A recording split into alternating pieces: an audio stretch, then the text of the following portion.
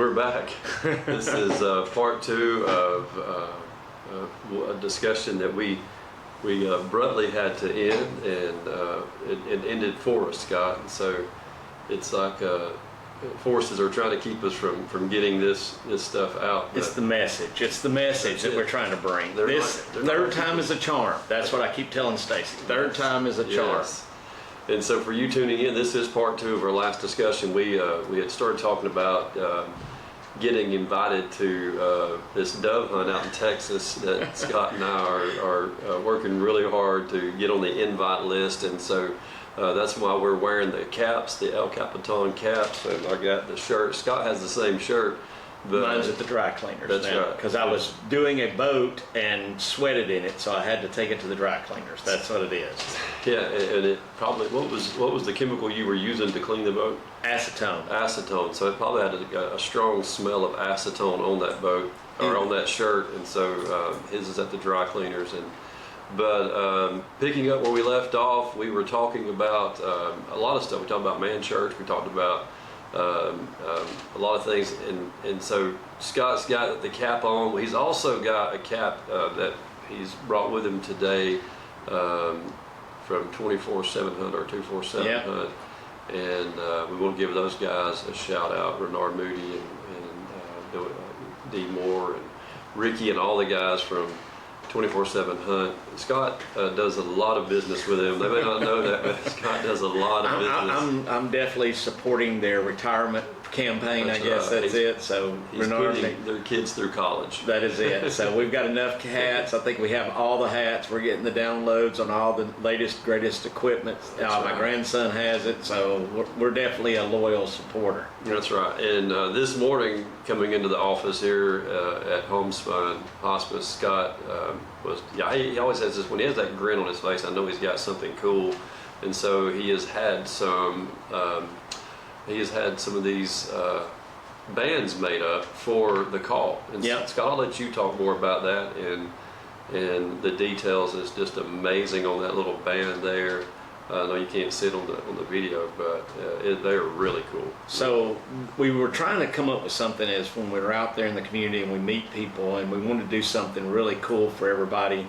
And I know that if you kill a duck with a band on it, that's like the Super Bowl ring, right? Mm-hmm. And so what we were trying to do is to do the same thing with the call. So what I did is I researched the company that makes it for the federal government and does the bands on the ducks. And I said, you know what, I'm gonna have customized bands made for the call. So each one of these bands has got the call, the logo on it, basically has a sequential number. So we're hoping as we give these things out to people when we meet you, we'll give you a band, and you can keep that band, and then we'll know, because we'll keep up with the numbering system of exactly what year those bands were given out, kind of like a duck. So you get to meet us, you get a band. We make it where you can put it on your lanyard, you can tell people about it, tell them about the mission that we're trying to do and trying to keep up with. So it's just something cool. I just saw it and thought that's something that nobody else does, so we're going to do something different. Yeah, it's really cool. It's really well made. It looks exactly like a band that you get off a duck. I mean, the material is really, really cool, and it's got the call, all men must answer. And then it's got the year, and like he said, each are numbered. And so I've got number 3. Scott's got number 1. He also had some cool stickers. I mean, I'm 50 years old, Scott, and I still love stickers. And so Scott recently purchased some buckets from Dive Bomb, and so we got Dive Bomb poster right behind us there. And so he brought me some stickers in to put on the new buckets that he got for us.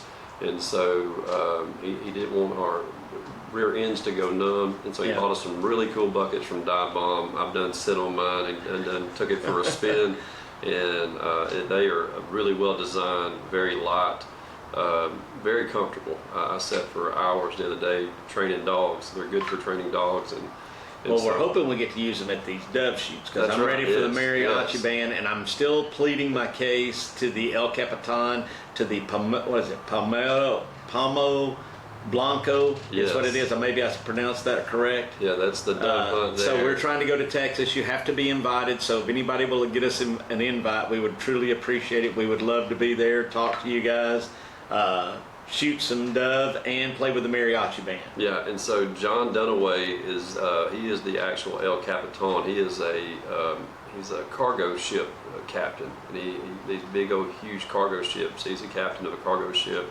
and he's the one who actually, I guess, dreamed this up and he puts it on. I have been following him for years on Instagram. And so, John, if you hear this by chance, Scott Whittle and I would love to be put on the invite list to that dove hunt. We will show up. We will bring the comedy routine, and we will hold up our end of the dove shooting. That's it. Yeah. And so it's been a crazy weekend, Scott. We've had a lot going on here at the office, and a lot going on personally in our lives, and we got to talking about Man Church in the last episode that got cut off. This is part 2 of that last episode, and so we've got Man Church coming up in August for local men all around, not just our church men, but anyone is invited to Man Church, and it's an iron sharpening iron kind of thing. We got into that. We were talking about iron sharpening iron, and I quoted that proverb scripture. And then the battery died. And Scott's like, "Oh, wait a minute." I think every time we try to get on a spiritual kick with this thing, it kills us. And I think that's the devil. He's trying to break us down. He tries to cut us off the wavelengths. But third time's a charm. So for you guys that didn't know what happened, the first time we laid down this awesome. We walked away from it thinking, "Man, this is going to be one of the best podcasts." Yes, I go to upload the editing, and there was no audio. I had forgot to turn the audio on the microphone. Then we did the second thing, which is the one Stacy had. The battery fails on it, so the third time is a charm. I told him we're ready for it. So we're trying really hard to get good content out there. We're trying so hard because I know people were asking like, "Hey man, when are y'all going to do another one?" And I've had a lot of. I was at Chipotle yesterday, for lunch, and a young man came to me and he's like, "Hey, are you Bible outdoorsman?" He's like, "I didn't recognize you without the beard." And I was like, "Yeah, that's me." He said, "Well, I heard you talking," and he said, "I've been following you guys. I've been watching your podcast on YouTube." And I was like, "Well, you're that one." So, and he kind of laughed. He said, "No, man, I love it." He said, "When y'all gonna put more out there?" He said, "I go on there all the time looking to see if there's more." And so Scott and I have hopefully come up with a plan to put more out there. I know it's busy. It's summer months. Scott's busy.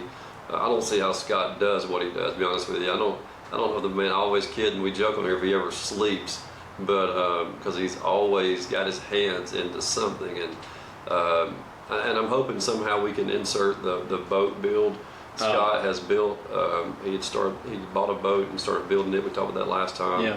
And it looks amazing. After I overcame an addiction to acetone after being high on it from out here in the parking lot. Heat stroke, trying to get this thing down. And then the other night, if you've lived here in Northwest Georgia, the storms have been crazy. So I finally get a night where there's no rain, and I'm like, nobody to help. And I said, I'm just going to do it myself. So I started trying to put this thing down. I tell Stacy, I said, this stuff that when you stick it, you better know where you want it stuck, because it ain't coming back off.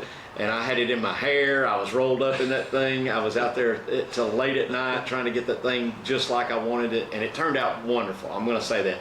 We're going to do some pictures of the stuff, do a high profile for monkey skins. These guys were wonderful. Helped me out anytime you had questions about it. These guys are incredible. So if you've got a boat out there and you want to do something unique, or you want to have it out there, we'll kind of show you what we've done. We are planning to really debut the boat at the where we're going to go. At the Sandbar Social, in Nashville in August. And so I was looking at that this morning. Yeah, so we're trying to get all of our details on there. We hope to see you guys there. We're going to be there, hanging out, trying to show our boat off, but also just trying to meet everybody. That's the other thing, is we want to build our following, and want to definitely, bring a message out there for guys. We want to connect with men. That's it. We want to connect with guys and men and young men, that's out there in the industry, or and help any way that we can. It's that whole iron sharpening iron. Every man must answer the call, and so that's what we want to do. We want to get to know folks, and it's like we said, it's crazy in our little town. We've got some pretty high-end outdoorsmen. We got a 5-time world champion turkey call maker. We've got hipster woodsman Joseph Edwards, who's here. He's done photos for everybody in the industry as far as duck hunting. So, you know, we're blessed to have, we got Hunter from, you know, from Spring Legions. His mother-in-law works for Scott, and so, and good friends with Scott's wife, Wendy. And so, but yeah, we're just trying to connect, man. We want to get out there. We're working hard. Scott's working very hard to get out there. We're trying to get some peeps and we're just trying to figure out what's best and what works for you guys. Also is to try to get feedback from you, from things that we could talk about, things that we could try to promote for you. This is kind of a what I call the lay time right now, really, in the hunting world. There's not a lot of stuff going on. You've ended turkey season. You're kind of in that everybody that's fishing is fishing if it's hot or cool enough. I mean, so there's lots of stuff going on out here. So yeah, and I'm already, you know, it's funny, you know, if you're a hunter, I'm already already seeing doves on power lines, and I'm like, you know, my mind's already switched to dove season. And I don't know about around your house, Scott. I'm sure it's the same, but it started it has started at my house. Yeah. Okay. What are you talking about? What do you mean it started? Well, a lot of these are going off at my house, and so all the boys are. Ryder was in the basement or the garage, and I just heard another just wailing on it, like, you know, like he was trying out for a duck call championship. And so I said, "What are you doing?" He said, "I'm trying to get it in tune." He said, "It's about that time." And so he has sold his boat, his hull, and he's getting a new reaper this weekend. Oh man! Yeah, so he's getting a new reaper. Done got qualified at the bank for the loan, and so he's excited about that. And so, but you know, it's getting that time of year, and you say, well, what can I be doing, you know, in this preparation, this lay time, you know, and here's some of my advice: take one of these everywhere you go. You know, especially in your truck, or you know, if you're riding around, you're out, take a duck call, blow it, get used to it. You know, like we talked about last week. Also, get your guns out. Scott's buying guns every week, and so he's going to have an arsenal. He said, I just want it to where if anybody wants to go, we got a gun. Yeah. And so he told me this morning, I bought another one. I was like, okay, cool. And so you gotta be there. I'm just trying to help everybody else, trying to keep the economy rolling. Yeah, and he's getting great deals. It ain't like he's going out buying a brand new, you know, whatever. He's getting great deals on guns, and so you know, helping people out in difficult times. And, well, if I see you blowing that turkey call in a car, I promise you, if I drive up next to you, I will not make fun of you in the traffic. I do the same thing. I mean, because you can't blow it at home. Your wife will go nuts. My son-in-law, who's a first-time turkey hunter or duck hunter, he bought him a set of calls, and he is blowing these things left and right. My daughter called me the other day, and she goes, "You have created a monster." I said, "Stacy created the monster. He has created the monster, and all of us trying to learn it." And the other thing is just I play videos. I mean, that's when I get home, I'll get on YouTube and get out in my garage, and I'll just play it over and over and over and over and over to the point where I sound like I can match the guy that's on the video. Yeah. That's what I do. I don't know if that's a better way of doing it. If there's a video out there, I know a long time ago it used to be VHS tapes and CDs, but that's kind of how I'm trying to learn how to do it. And that is a good tool, you know, for this day and time for young men to get on. You can learn anything on YouTube. I was telling my boys the other day, like one of them was like, "I want to learn how to play guitar." I said, well, first of all, we got a lot of guitarists around us. Scott plays guitar, Tim, you know, our pastor plays. And I said, but YouTube is one of the greatest tools you can ever have. You can go on YouTube and learn anything, you know. And so there's a lot of great tutorials on YouTube on how to blow a duck call and stuff like that. So yeah, be working on those things. Start by, you know, this is the greatest time of the year to buy like stuff, like as far as, you know, your decoys, or, you know, your motorized, you know, decoys or whatever. And so it's a great time of year to get all that stuff now. And then also like Facebook yard sale, go on there. There's people trying to get rid of like decoys. Maybe they got into duck hunting, didn't like it, or didn't have anywhere to go, and they spent a ton of money on gear, and now they're wanting to get rid of it because like they're not going back next year. Or like Tanner, you know, Tanner's on our podcast with this young guy. He found a gunner kennel, and now he had to drive quite a bit of this. He had to drive all the way to Knoxville to get it, but had a gentleman that his dog was getting older. They're not hunting anymore, and you know, he said, I don't really need the kennel. So, I mean, if you can't afford the new stuff, I mean, they're built to last. So, I mean, that's my thing. Reach out there and reach your resources to try to get the right thing and the right equipment for you. I mean, if you spend the money, and like I said, even if it's used, a lot of times it's as good as or better than something new to me. I mean, if it's been taken care of, I think that's a great thing. I've learned a lot about dog kennels this past week. I'm behind, let me just tell y'all out there, I am behind Stacy and Tanner because they are both setting the bar way high for me. I have no dog, so I got to get me a dog. And then I can already tell, I've already propositioned my wife that I need a gunner kennel because I cannot ride the dog around in my truck and think that it's going to get by with that. The safety is first, and then we have to have all the stuff. So you got to have all the equipment for the stuff. Yeah, Scott was saying, he's like, man, he said, dang it. He said, now that y'all both got gunners, I've got to get me one. Yeah, I'm going to have to ride around with one just so I can say I like y'all. That's what I'm going to do. I was like, well, you got to get a dog first. And so Scott he's kind of in search for a dog. And just for the call, he's wanting a good dog. He's wanting a high quality dog, one that we can work in any situation, in fields or timber or I mean, I'm just at a dilemma. People don't know my story. So my wife, all of our kids are grown. We got grandkids, but we're so busy. She's like, we don't need a dog. And so I have propositioned everybody out here, thrown out a business plan for them. I said, I tell you what. I will buy the dog, and I will buy the training, and I will pay for the vet bills, and I will pay for the food. If somebody would just let me keep that dog at their house, then I would use it until duck season. That I figured that we could co-own the dog. That's what I'm trying to do. So my grandson came in.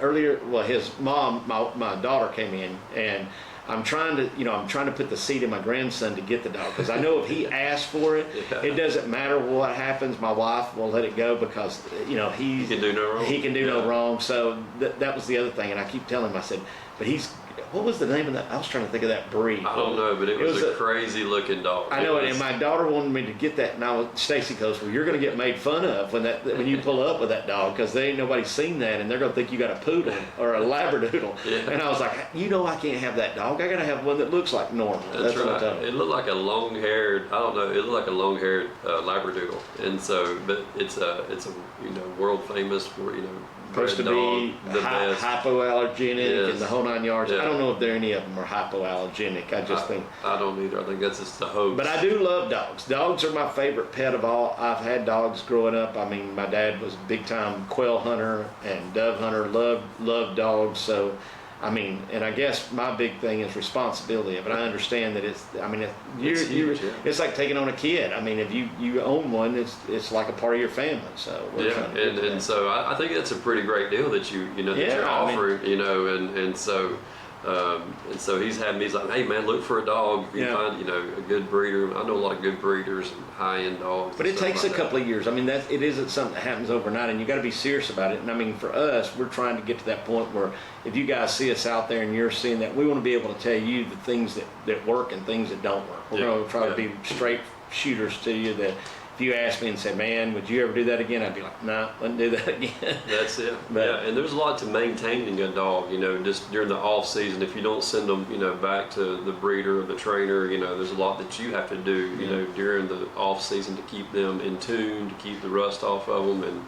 And so I'm in that process right now with both of my dogs. And Tanner set the bar high. Yeah, Tanner kind of shamed me. And he's like, Tanner's been working his dog every day. I know. I'm like, dang, I need to get my dogs out. And I don't have a dog, so I'm just out there. I think I throw the decoy and I go and run and get it. What do you call that thing? That's the thing we were talking about.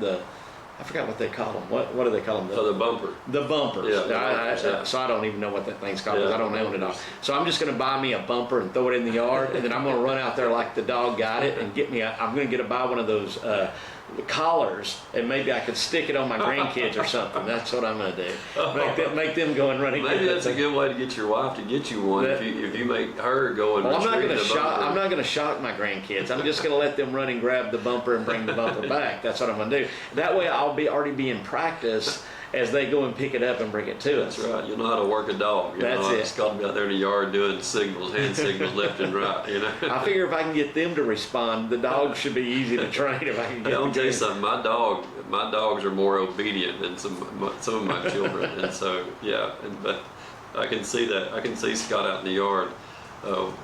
training his grandson, training his family. But yeah, dogs are important if you're going to, if you're going to, they're not, you don't have to have one, guys, but I would highly encourage you, looking into it. If you hunt a lot, if you're just, a lot of people buy these dogs and they end up being family dogs, which that's okay, they end up being pets because they just, people don't use them for what they're for. My black labs, we have a Labradoodle in the house. Yeah. And so, but my black labs are work dogs. I mean, that's what they do. They don't do nothing. They don't, we pet them, we love on them. Don't get me wrong, but they know that their job is to work, and so that's all they want to do. I mean, that's their reward. That's their love language. Is let's go out and work. And so they save you a bunch of time, especially if you're having to chase them down yourself and go get these birds out here and trying to retrieve them. Or if you've killed one, way off in some super muddy, marsh, and having to go out there and get one of those. If you've done that a few times, you want a dog. You're like, man, I'm not doing this again without a dog. And I told Scott the story that I almost drowned. My son AJ shot a beautiful mallard, drake and hen, first 2 ducks he'd ever killed. We didn't have our dog Dixie with us. We left her at home, and because I thought, well, sure, this is a small little marsh. I could go out there and pick up anything that needs to be picked up. Well, he about watched me drown. I mean, he really did. I got up to my waist, up to my areolas, in the swamp mud, and I mean, I was stuck. And I looked back at him and I said, AJ, you're going to probably watch your daddy perish right here in this quicksand, this mud. I just need to get you some floaties. That's what it is. That way if you go under. And so I somehow worked myself out of that mud and got out. But I said, never again, never. And I had a really good dog then, Dixie. I don't know why I didn't bring her that morning, but never again. And so... But yeah, part 2, we just wanted to come back and try to follow up, try to pick up where we left off, and try to recreate the magic. I guess that's the other thing. That's it. And give a shout out once again to the guys at El Capitan, and don't forget us. Don't forget us at the El Capitan. That's right. If there's a gate, we may be standing out there at the gate. I'm going to flag them down. Renard Moody, I'm going to ride in with you. If I get there, I'm going to ride in with you. Yeah, Renard and Barton Ramsey, who's the owner of Southern Kennels. I've seen his picture in those posts and stuff on Instagram, and so we know Barton Ramsey's going to be there. And like I said, we just want to be on the invite list, and we believe we're praying for it. We're praying for rain. We believe that God's going to intervene somehow. If not, we're just standing outside the gate. We look like a bunch of welfare people standing out there. They think we're in a food line or something. That's it. Say, man, can we just get in? We just want to get in. Yeah, exactly. And so, but that's it. We just want to be a part of it. We just want to get in there and be a part of that and what's going on with those guys. And so I don't know what else, Scott. Anything else you got on your mind? I think we just got a lot of stuff coming up. I mean, definitely, if you guys see us out in the community, come up and talk to us. Don't be shy. Tell us what you like, what you don't like. That's the other big thing. As we gear up, as we get closer and closer to duck season, we're going to try to do some videos. Maybe even do a couple of calls. I mean, we'll talk about. I have been in the call buying mode. That's the one thing I wanted to tell everybody. So. Looking at different stuff that's out there, things, what works, what doesn't work, what you like, what you don't like, so that you guys kind of have a more of a menu. I always say that. I hope that you'll tune in and say, okay, what do the call guys say about it? That's kind of I would like to be that. I'd like to be an informative guide to help you in any way I can, whether it be life, hunting, politics, religion, whatever you want to do. Right. We're going to bring. We're like a Renaissance man. That's what we are. We're Renaissance men.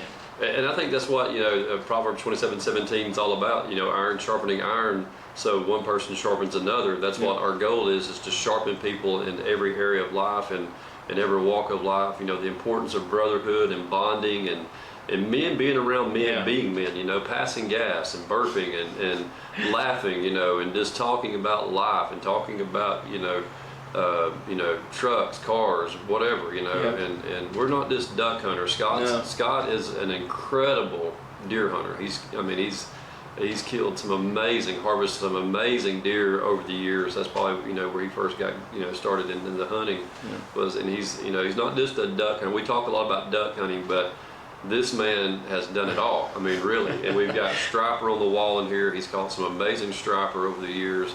And so it's not just that, but he's also highly intelligent. I mean, he...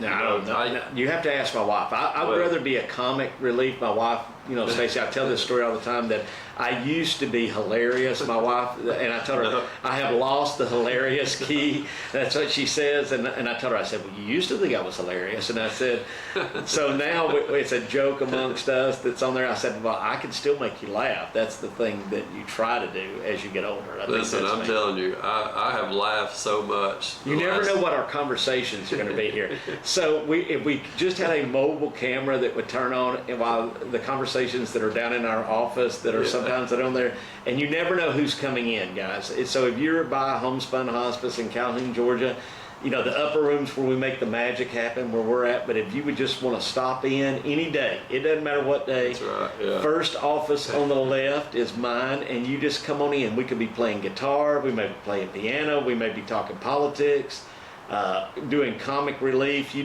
name it, it goes on here, right? And I think that's the cool thing that I wanted everybody to come and have a platform, a place that it's fun to come, right? That was the thing that you felt like you were included. We have people that just come in here and camp out all day. Yeah, that's true. Yeah, they just show up and they'll hang out for hours and come by here. So you never know. Yeah, and I feel bad because I feel like I'm stopping Scott from doing work. A lot of times I'll come in and just hang out for a couple of hours or whatever. If I'm busy, I'll just keep working. I'll keep talking to him. Yeah, he's a multitasker. He can do it all. I mean, he really can. He's sitting there doing it. And so, but this is a great place. It's a great location. It's and like Scott gives a lot of great advice. He may not know it all right then and there, but he does. He is a great advice giver. I've encouraged my sons. I was like, go spend some time with Scott. He'll get you life straightened out. Yeah, especially young people. I try to spend. I do take. But he gives them a hard time though. I do. Now it's hilarious. It's so funny to watch. You're not going to come in here and get it free. You can't. If it was easy and cheap, nobody would appreciate it, right? So you have to work for it. And I'm going to hold you accountable if you come in here and especially young people, right? I mean, because that's the thing in their lives. I think that whether it be at school, their mentors and stuff like that, you have to keep them at a gauge that you hold them accountable for stuff. And Stacy was in here the other day because I had 2 young boys that were in here, and I was giving one of them. I was on him hot and heavy. And I'm just trying to toughen him up, right? And I want him to be responsible. And do what you say you're going to do. That's the big thing for me. And he's learning. It takes him a little bit. Yeah. He didn't catch on the first couple of times, so I had to keep applying the pressure to him. But I think young men want that. I think they really desire that. They want that mentor. They want that male role model. That male that's going to tell them, okay, this is how it's going to be. But it's going to be, this is the process of getting there. And Scott's very good at doing that in a very I try not to break comical way. Well, and I try not to break them, because you can push somebody so far, but you also have to get them to a point. It's a breakdown process. I used to tell this to the guys that worked with me for a while, and they were like, "Man, you seem to be hard on that guy." I said, "If I didn't care, I wouldn't spend no time with them, right?" I said, "But I get them to a point where they'll listen, and that's the key thing. Once you get somebody to the point that they'll listen, then you can rebuild them, right? And give them the encouragement or the pat on the back and, help them get to the next level. And it's a team effort and try to do it. And I have a ton of guys that call me probably once a week that I've been friends with for years that are younger than me that either work for me or I've known or friends of people. And, they're like, "Oh man, that was great advice." And I said, it's not that I know he just said I was super intelligent or smart or whatever. It isn't that, right? I have made so many bad mistakes in my life that I try to keep you from making those bad mistakes. And I try to be a sound box for everybody that don't do what I did. Do something different. And I always say this, if my wife says, "Well, if you were that person, would you have listened?" And I was I'm going to say that, I'm pretty headstrong when it comes to stuff. But I think if I had somebody that I thought really had my interest at heart, I would probably give them a second chance and listen to what they got to say. So yeah, I think I would have listened, and maybe I wouldn't have done a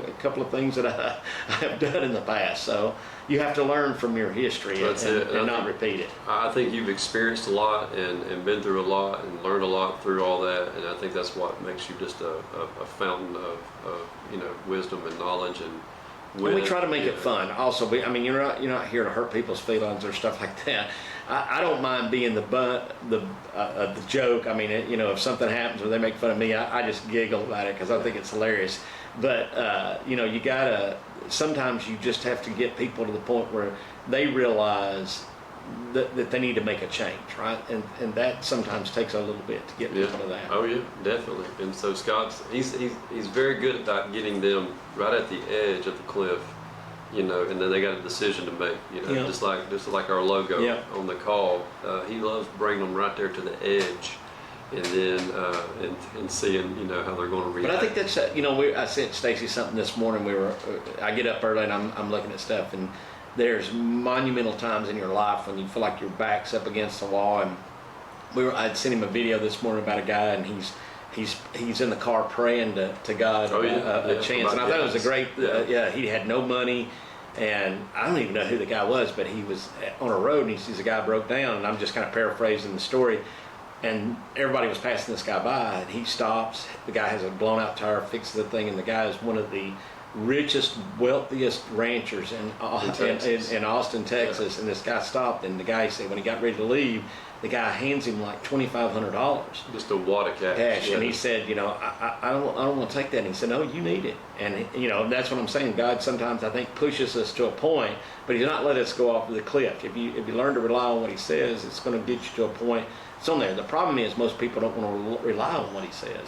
They want to fight it the whole way.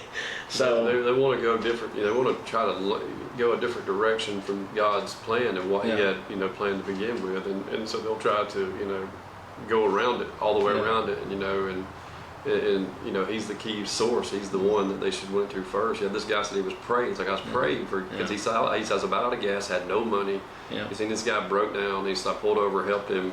And after I got finished helping me, he handed me a wad of cash. He said, no, you need this more than I do. I'm one of the richest, landowners or cattlemen in Austin, Texas. And he said, wow. He said, just hold on, guys. God's going to show up. And He always shows up. And we've been in a couple of places, and then we joke about the rain, right? So Stacy's, for you guys that haven't tuned into the past, that's one of the big things this past year. Stacy was praying for the rain, right, to bring the ducks, and dude, it brought them. And that's what I said. When you least expect God's going to show up, He's going to make things happen that you have to step back sometimes and go, man, that was incredible. I never realized. Well, that.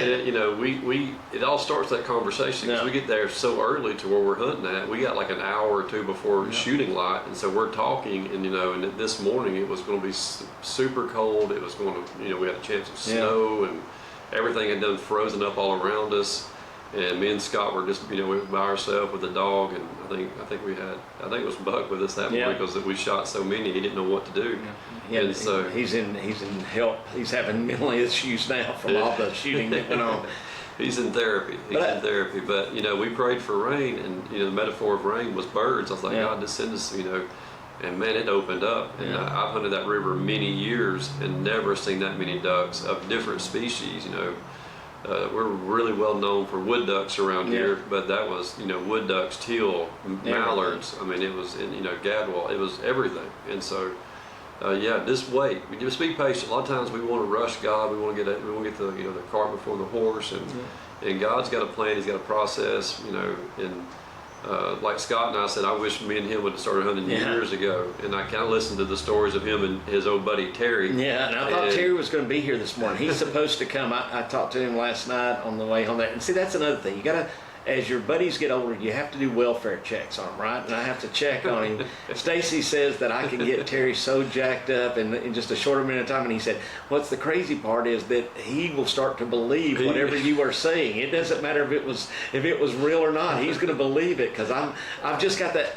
See, my goal in life is to get his cardiovascular up because he's not going to get on the treadmill. Blood pressure, he's not going to walk. I'm going to get him on that thing, so I get him just jacked up enough to keep him on there. and then I have to bring him down. But it's like his cardiovascular workout for the day. He had his blood pressure sky high the other day. It was hilarious. I mean, and it's so Scott can make him believe anything.